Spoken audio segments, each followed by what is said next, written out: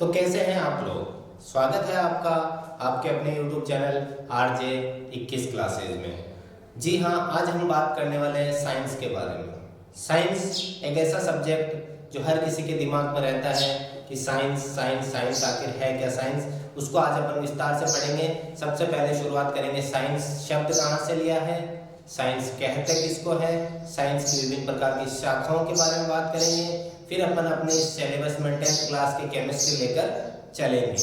तो आप बने रहिएगा हमारे चैनल के साथ, और अगर वीडियो पसंद आता है तो इसे लाइक कीजिएगा और शेयर करना ना भूलिएगा दोस्तों के साथ। तो चलिए शुरू करते हैं साइंस। सबसे पहले बात करें साइंस शब्द। साइंस शब्द आपके साइंसिया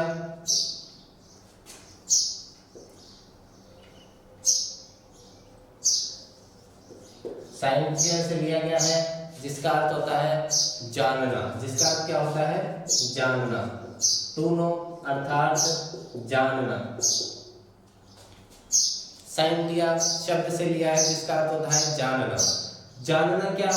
कोई भी घटना हो रही है, समझ लीजिएगा बाहर तूफान आ रहा है, आंधी आ रही है, कोई भी प्राकृतिक घटना हो, कृत्रिम घटना हो, उसके बारे में विस्तार से अध्ययन करेंगे तो वो क्या कहलाएंगे? आपके जानना, यानी कि साइंस। किसी भी घटना के बारे में सुव्यवस्थित अध्ययन क्या कहलाएगा? आपके साइंस। सुव्यवस्थित अध्ययन या फिर क्रमबद्ध अध्ययन। सुव्यवस्थित अध्ययन या फिर क्रमबद्ध अध्ययन भी क्या कहलाएगा? आपके साइंस। किसी भी घटना के बारे में सुव्यवस्थित अध्ययन करना या फिर क्रमबद्ध अध्ययन करना ही क्या कहलाएगा? साइंस कहलाएगा। अब बात करें अपन साइंस के बारे में विस्तार से अध्ययन करें तो साइंस का जनक यानी कि father of science, father of science, father of science किसे कहा जाता है? तो देखिएगा, फादर ऑफ साइंस कहा जाता है मिस्टर अरस्तु को, यानी विज्ञान का जनक किसे कहा जाता है? अरस्तु को। यहाँ बायोलॉजी का एक जनक भी अरस्तु को कहा जाता है, लेकिन पर्टिकुलर साइंस का जनक किसे कहा जाएगा? अरस्तु को कहा जाएगा। अब बात करें अपन साइंस की विभिन्न प्रकार की शाखाओं के बारे में। उससे पहले मैं आपको एक घटना बताना चाहूंगा कि साइंस होती क्या है, साइंस कितने प्रकार से होती है। तो मान के चलिए कि हमारे दैनिक जीवन में साइंस दो प्रकार से होती है। एक तो होती है सत्य साइंस, यानी कि रियल साइंस, रियल साइंस, और एक होती है आपके अनरियल साइंस। सत्य और असत्य विज्ञान। असत्य विज्ञान क्या होगी और सत्य विज्ञान क्या होगी, उसके बारे में एक बार समझते हैं अपन। सत्य विज्ञान वह विज्ञान जिसमें विभिन्न प्रकार के सिद्धांत आते हैं। क्या आएंगे आपके? विभिन्न प्रकार की थ्योरी, थ्योरी आती है, सिद्धांत आते हैं। वह विज्ञान जिसमें सभी प्रकार के सिद्धांत आते हैं वो विज्ञान क्या कहलाएंगे? आपके रियल साइंस। और जिसमें केवल अवधारणाएं आती है, जिसमें केवल अवधारणाएं आती है वो आपके अनरियल साइंस कहलाती है। रियल साइंस में कौन कौन सी आती है आपके? रियल साइंस में एक तो आती है लिविंग और एक आती है अनलिविंग। लिविंग और अनलिविंग। लिविंग और अनलिविंग को अपन विस्तार से अध्ययन करेंगे। लिविंग के अंदर आएंगे आपके जूलॉजी और बॉटनी, और अनलिविंग के अंदर आती है आपके फिजिक्स और केमिस्ट्री। जबकि अनरियल साइंस के अंदर आती है आपके सोशियोलॉजी। सोशल साइंस की बात करें, social science, economy, polity science और सोशियोलॉजी। सोशल साइंस का मतलब सामाजिक विज्ञान, इकोनॉमिक समाजशास्त्र, पॉलिटिकल साइंस राजनीति विज्ञान, और सोशियोलॉजी यानी कि समाजशास्त्र। इन सभी में अवधारणाएं आती है, अर्थात ये सब किसके पार्ट है? अनरियल साइंस के पार्ट है। जबकि लिविंग के अंदर आएगी आपके जूलॉजी बॉटनी, और अनलिविंग के अंदर आएगी आपके, या फिर नॉन लिविंग कह सकते हैं इसको, नॉन लिविंग। नॉन लिविंग के अंदर कौन सी आएगी? केमिस्ट्री और फिजिक्स की बात करेंगे। तो चलिए अपन बात करते हैं एक बार रियल साइंस की। तो रियल साइंस क्या होती है, किस प्रकार से इसका अध्ययन करेंगे? तो सबसे पहले देखते हैं अपन real science.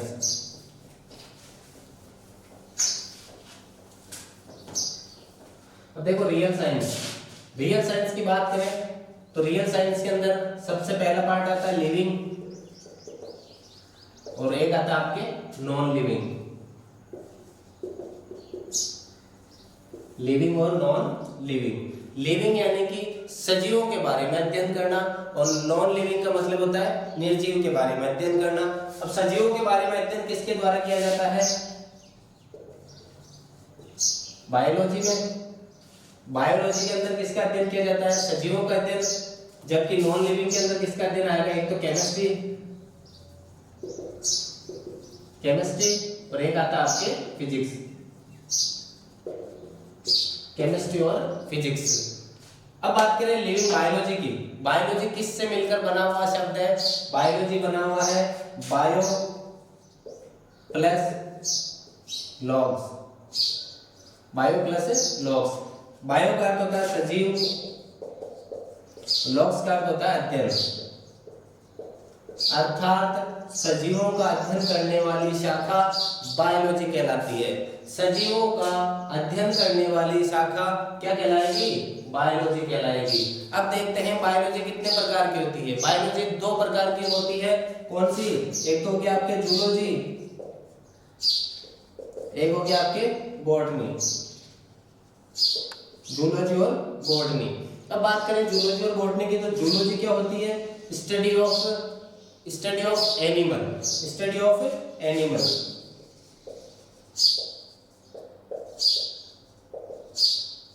Study of animal कहलाएगी आपके जूलॉजी। और स्टडी ऑफ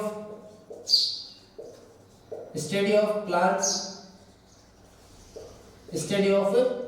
क्या कहलाएगी आपके? बॉटनी। स्टडी ऑफ एनिमल्स का मतलब है विभिन्न प्रकार के जीव जंतुओं का अध्ययन आपके जूलॉजी के अंदर किया जाता है, जबकि विभिन्न प्रकार के प्लांट्स यानी वनस्पतियों के बारे में अध्ययन आपके बॉटनी में किया जाता है। अब अगर बात करें अपन father of biology, father of biology की बात करें तो फादर ऑफ बायोलॉजी भी क्या होंगे आपके? अरस्तु के बारे में कि फादर ऑफ बायोलॉजी भी किसे कहा जाता है?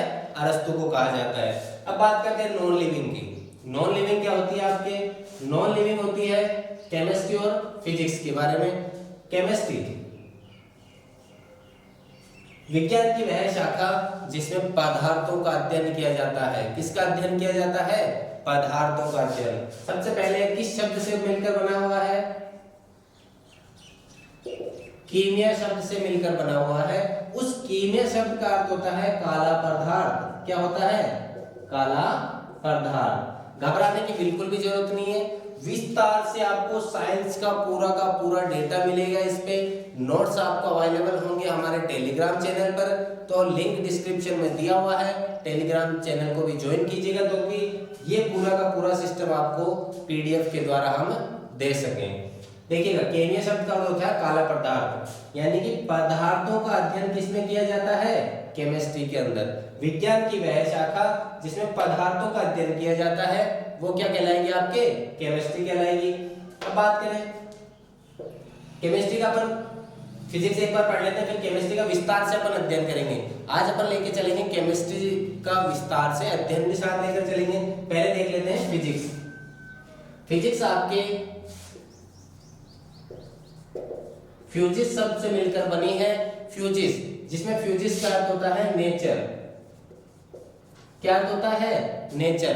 फ्यूजिस का अर्थ क्या होगा? नेचर यानी प्रकृति।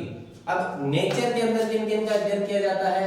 एक तो द्रव यानी कि पदार्थ, और एक अध्ययन किया जाता है आपके ऊर्जा का यानी कि एनर्जी।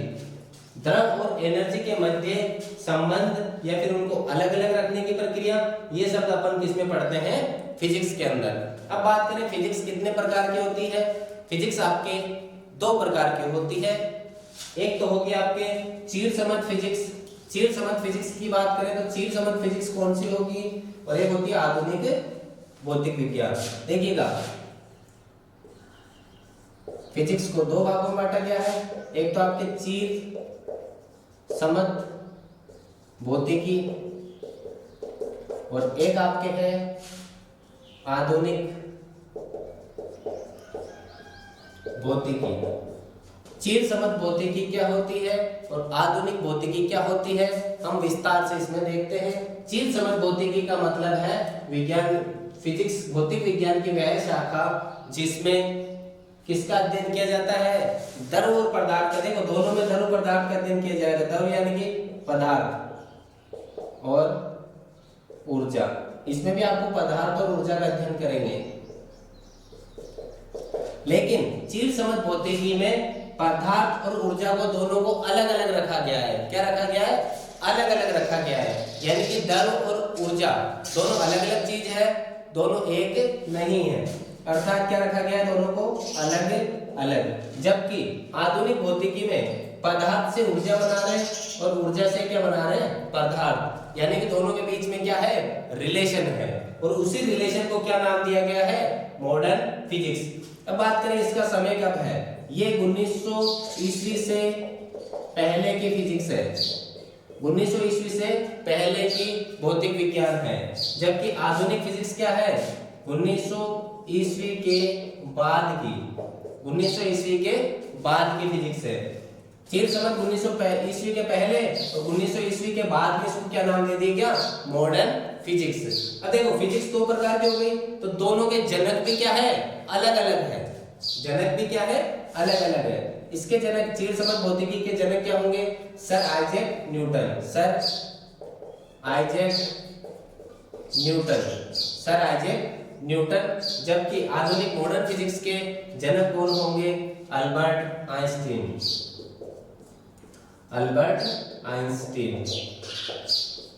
अब देखिएगा, चीर समझ भौतिकी हो गई, आधुनिक भौतिकी हो गई, फिजिक्स हो गया, बायोलॉजी हो गई, केमिस्ट्री। केमिस्ट्री को मैंने कहा था आपको विस्तार से अध्ययन कराएंगे केमिस्ट्री का। तो अब अपन बात करेंगे केमिस्ट्री के बारे में। आशा करता हूं कि बोर्ड आपके बायोलॉजी और फिजिक्स के बिल्कुल शॉर्ट वाले आपको समझ आई होगी। जब अपन बायोलॉजी शुरू करेंगे तो बायोलॉजी को भी विस्तार से पढ़ेंगे, जब फिजिक्स के चैप्टर शुरू करेंगे तो फिजिक्स के चैप्टर भी पूरा विस्तार से समझेंगे। लेकिन पहले अपन केमिस्ट्री के शुरू करते हैं, हमारे 5वां, 6वां, 7वां, 8वां चैप्टर क्लास 10th का। तो उसमें अपन पहले देखते हैं केमिस्ट्री। सबसे पहले बात करेंगे केमिस्ट्री होती क्या है। जिस प्रकार से फिजिक्स को अपन ने विस्तार से पढ़ा है उसी प्रकार से अपन पढ़ते हैं केमिस्ट्री को। आपसे मिलते हैं हम 1 मिनट के ब्रेक के बाद।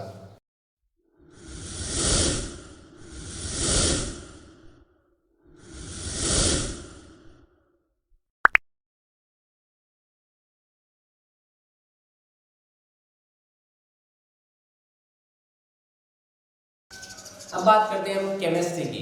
केमिस्ट्री आपको होता क्या है, कहाँ से लिया गया, उसके बारे में विस्तार से जानकारी लेते हैं। केमिस्ट्री आपके केमिया शब्द से मिलकर बना है, जिसका अर्थ होता है काला पदार्थ। जिसका अर्थ क्या होता है, काला पदार्थ, काला पदार्थ। फिर बात करें father of chemistry. Father of chemistry किसे कहा जाता है, देखिएगा, लेवाशियर। लिखने में देख लेना एक बार, थोड़ी मात्रा में मिस्टेक हो सकती है। लेवाशियर, फादर ऑफ केमिस्ट्री किसे कहा जाता है, लेवाशियर को कहा जाता है। फिर बात करते हैं केमिस्ट्री की शाखाओं के बारे में, यानी ब्रांचेस। तो इसके 3 ब्रांचेस होती है। ये क्या है, ब्रांचेस। पहले है आपके फिजिकल केमिस्ट्री, फिजिकल केमिस्ट्री यानी कि भौतिक रसायन, भौतिक रसायन। फिर दूसरी है आपके इनऑर्गेनिक, इनऑर्गेनिक केमिस्ट्री। फिर आती है आपके ऑर्गेनिक केमिस्ट्री।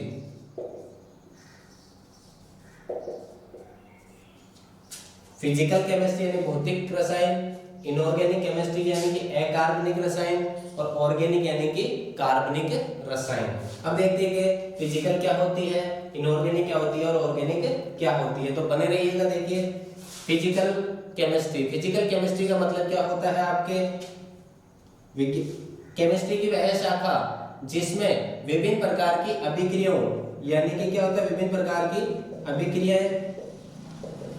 अभिक्रियाओं तथा उनके मध्य जो रिलेशन होता है उनका अध्ययन किया जाए, तो वो क्या कहलाएगी, आपके फिजिकल केमिस्ट्री।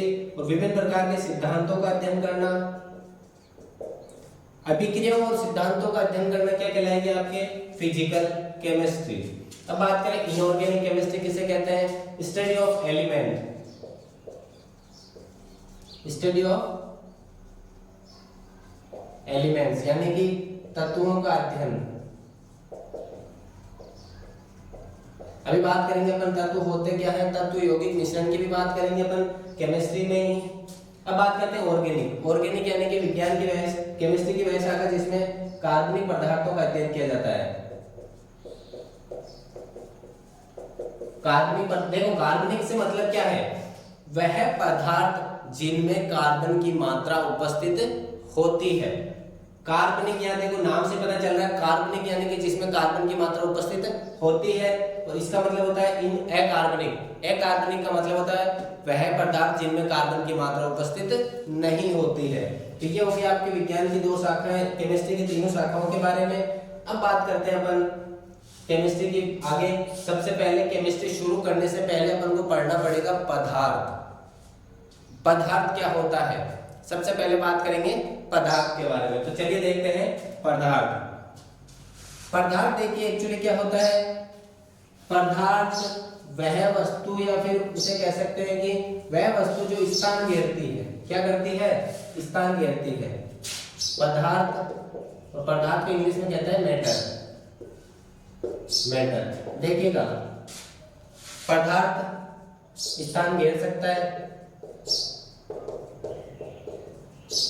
वह वस्तु जो स्थान घेरती है जिसे हम महसूस कर सकते हैं, जिसे हम महसूस कर सकते हैं, और जिसमें क्या हो, जिसका द्रव्यमान, द्रव्यमान का मतलब होता है मास, जिसका द्रव्यमान हो। देखो पदार्थ, कोई भी वस्तु पदार्थ कब कहलाएगी, जब वह स्थान घेरती है, जब उसे महसूस कर सकते हैं, जब उसका क्या हो, द्रव्यमान हो। जैसे कि मैं बात करूं इस मार्कर की, मार्कर स्थान घेरेगा। अगर मैंने यहाँ मार्कर रखा है, देखो ये चारों ओर से बाउंड्री लाइन बनाएगा, तो ये क्या होगा, स्थान घेरेगा। क्या करेगा, स्थान घेरेगा। और इसे हम क्या कर सकते हैं, महसूस कर सकते हैं हाथों में। और इसका द्रव्यमान यानी कि इसमें वजन, भार होगा या नहीं होगा, मास होगा या नहीं होगा, तो ये आपके मार्कर क्या कहलाएगा, आपके पदार्थ कहलाएगा, यानी कि मैटर कहलाएगा। अब बात करें पदार्थ किन किन से मिलकर बना होता है। पदार्थ के बारे में जब भी अध्ययन किया जाता है तो उसके संगठनों का अध्ययन किया जाता है। पदार्थ कौन कौन से संगठनों से मिलकर बना हुआ है, फिर उनकी अभिक्रियाओं के बारे में बात की जाती है कि पदार्थ कौन सी अभिक्रियाओं से मिलकर बना हुआ है। फिर इसके बात करते हैं इसके संगठन, अभिक्रिया, और एक होता है संयोजनों।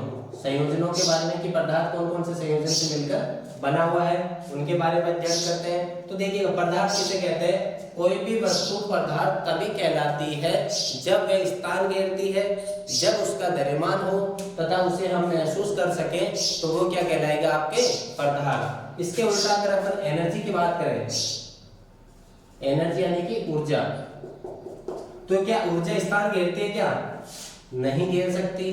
क्या ऊर्जा को अपन महसूस कर सकते हैं, क्या फील कर सकते हैं, जी नहीं। फिर जिसका द्रव्यमान, ऊर्जा का कोई द्रव्यमान होता है क्या, नहीं होगा। तो ऊर्जा और पदार्थ दोनों अलग अलग चीजें हैं। फिजिक्स के अंदर विस्तार से अध्ययन किया जाता है, लेकिन केमिस्ट्री अपन केवल किसका अध्ययन करते हैं, पदार्थ का अध्ययन करते हैं। तो अब पता चल गया होगा पदार्थ किसे कहते हैं, वह वस्तु जो स्थान घेरती है, जिसे हम महसूस कर सकते हैं, जिसका द्रव्यमान यानी वजन होता है, वह वस्तु क्या कहलाती है, आपके पदार्थ कहलाती है। अब बात करते हैं अपन आगे, पदार्थ के बाद बात करते हैं आगे की तरफ, देखते हैं हम क्या पढ़ते हैं अपन। बात करते हैं पदार्थ के बारे में। पदार्थ हो गया अपने। अब पदार्थ के ब्रांचेस के बारे में, एक तो होता है भौतिक संगठन के आधार पे, भौतिक संगठन के आधार पर, एक होता है आपके रासायनिक संगठन के आधार पर, एक होता है आपके रासायनिक प्रकृति के आधार पर। रासायनिक प्रकृति के आधार पर देखिएगा पदार्थ के तीन अलग अलग शाखाएं हैं, भौतिक संगठन के आधार पर, रासायनिक संगठन के आधार पर और रासायनिक प्रकृति के आधार पर। सबसे पहले की बात करते हैं भौतिक संगठन के आधार पर। ठोस, द्रव, गैस। देखो तीन अवस्थाएं तो अपन को सीधे सीधे हमेशा पता होती है, फिजिक्स के अंदर पदार्थ की तीन अवस्थाएं आती है, ठोस, द्रव, गैस। लेकिन चौथी अवस्था कौन सी होगी, प्लाज्मा। और पांचवी कौन सी होगी, अगर किसी को पांचवी अवस्था का नाम पता है तो हमें कमेंट बॉक्स में कर सकता है, या मैं बताने को बता दूंगा, लेकिन मैं भी देखना चाहता हूँ कि जो हमारे से पढ़ रहे हैं स्टूडेंट वो कितने इंटेलिजेंट है। तो पदार्थ की पांचवी अवस्था का आपको बताना है, 9th क्लास की बुक में है, जैसे दे रखा है पदार्थ की पांचवी अवस्था। इन तीनों के बारे में विस्तार से दे रखा है, इन दोनों के बारे में आपको कहा है कि इनका अभी क्या चल रहा है, इनके ऊपर अध्ययन चल रहा है। अब देखो ठोस क्या होता है, जैसे कि एक डब्बा है, इसके अंदर अगर पदार्थ के कण बिल्कुल पास पास है, क्या है, पदार्थ के कण बिल्कुल पास पास है, तो वो क्या कहलाता है आपके ठोस। अगर दूसरी बात करें द्रव की, अगर पदार्थ के कण दूर दूर है तो वो क्या कहलाता है आपके द्रव। और पदार्थ के कण अगर और भी ज्यादा दूर है, किससे, ठोस द्रव दोनों से और भी ज्यादा दूर है, तो वो क्या कहलाएगा आपके गैस। ठोस में पदार्थ के कण बिल्कुल पास पास होते हैं, अर्थात उनमें अंतर आणविक आकर्षण बल, कौन सा बल, अंतर आणविक आकर्षण बल ज्यादा होता है। फिर इसके मुकाबले द्रव के अंदर ठोस के मुकाबले अंतर आणविक आकर्षण बल कम होता है, और जबकि गैस में अंतर आणविक आकर्षण बल सबसे कम होता है। फिर ये सवाल आता है कि अंतर आणविक आकर्षण बल का क्रम बताइए, तो आपको बताना है ठोस में क्या होता है सबसे ज्यादा, फिर किस में होता है द्रव में, फिर किस में होता है आपके गैस में। ये किसका क्रम है, अंतर आणविक आकर्षण बल का, अंतर आणविक आकर्षण बल, अंतर आणविक आकर्षण बल का ये क्या है, क्रम है। फिर बात करते हैं अपन रासायनिक संगठन के आधार पे। रासायनिक संगठन के आधार पे होता है आपके तत्व, यौगिक और मिश्रण, तत्व, यौगिक और मिश्रण। देखिएगा कोई भी पदार्थ अगर केवल एक ही एलिमेंट से बना हुआ है, एक ही मतलब उसमें तत्व है एक ही प्रकार का, जैसे कि बात करें अपन H2 गैस है, हाइड्रोजन गैस, O2, N2, ये सब क्या है, केवल अकेले से मिलकर बने हुए हैं, तो वो क्या कहलाते हैं आपके तत्व। और अगर इसी H2 के साथ में मैं H2O कर दूं, क्या कर दूं, H2O यानी ऑक्सीजन जोड़ दिया जाए, तो वो क्या हो जाएंगे आपके दो प्रकार के पदार्थ। कोई भी वस्तु अगर एक प्रकार के पदार्थ से मिलकर बनी हुई है तो वो आपके तत्व कहलाता है, दो से मिलकर बनी हुई है तो वो यौगिक कहलाता है, और दो से ज्यादा हो गई तो वो आपकी क्या कहलाएगा, मिश्रण।